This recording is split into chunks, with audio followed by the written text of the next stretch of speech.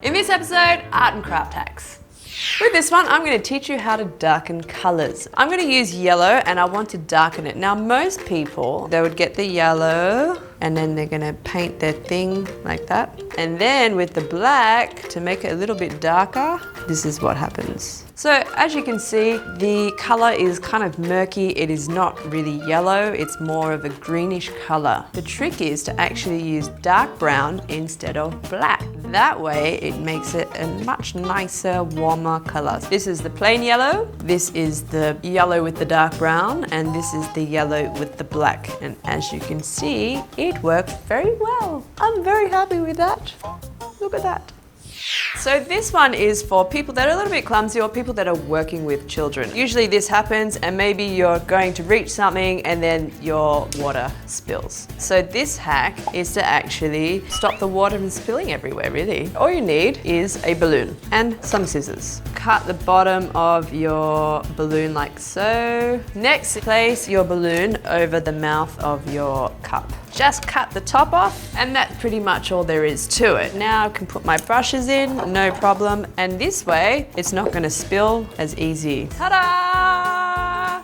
And you can also just do this and brush off extra paint or water or whatever, which is great. Or you can just get a disposable cup just like this with the hole on top. I mean, it's not as spill-proof, but it's still pretty good. So thumbs up, baby, thumbs up.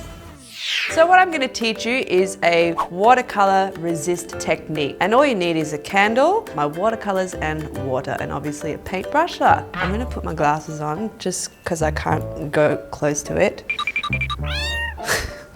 Like excuses. Okay, so now I can't see.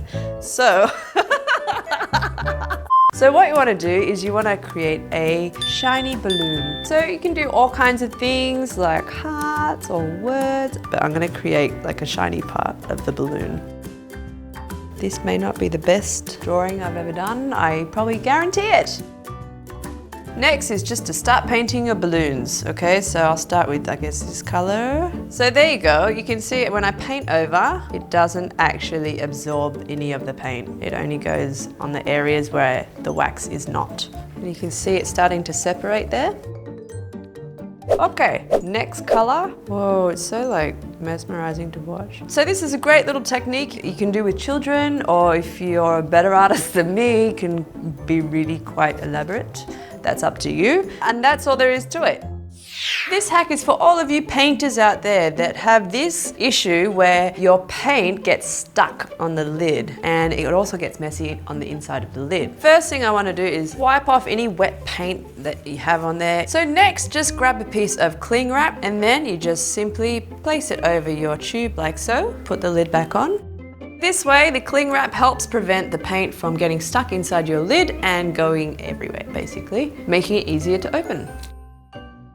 Another solution is to actually just use Vaseline. All you have to do is put some Vaseline around the opening of your tube. Just like that. It's much smoother to screw on and off. Eh? Better good, right? When your penknife goes blunt, most people will probably go out and buy a new one. But no need, people, because the old one is still good. So most penknives have this little thing at the bottom where you can actually just pull off, just like so. And what this is, it actually has a little slit right there to put your blade in. So that way you can just snap off the end of your penknife. So that's how you resharpen your blade. You just simply snap off each section as you go along and you can use it maybe 15 times, depending on your blade, I don't know. So this next one is for all of you people that like to paint and you don't have any palettes, okay? So instead of going out and buying one, why not just use an ice tray? Lucky for me, this ice tray has a lid. This way, when I put paint in my tray, I can just cover it and the paint won't dry up. Now, if you can't find an ice tray with a lid, a simple solution is just to use cling wrap. Cover it like that. That's all there is to it. So this will save you a trip going down to the art shop to get a palette. A great way to keep your brushes in good condition is to actually, when you're drying your brushes, hang them this way. You just need some double-sided tape. On the side of my table, And then all you need to do now is stick your brushes onto the side of your table. I personally think this is a great way to dry your paintbrushes. This way it kind of keeps its shape and it's less messy than it leaving water marks on your table or newspaper or whatever you put it on. I think this is much neater.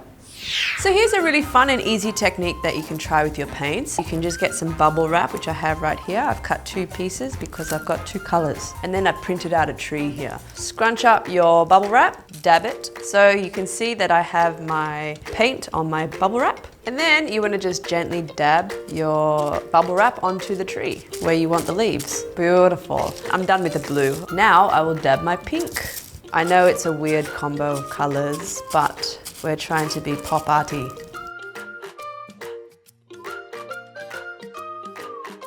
All right, and there you go. A very bright looking tree. So this is really, really easy. It's fun to do. You can go crazy. We've come to the end of yet another episode. Thank you so much for watching. Now, if you didn't already know, I've started designing our own merchandise. You can go check it out at tandemmerch.com. We've also got some items up on sale, so go check it out. Also, you can follow me on Instagram at RJT99, and if you like this episode, subscribe, and don't forget to hit that bell so that you can get notified every time a video comes out. Or you can just simply download the free Clicknetwork app to watch the videos before they hit YouTube. Thanks so much for watching, guys. Mwah. Ding! I got lip gloss all over my hand.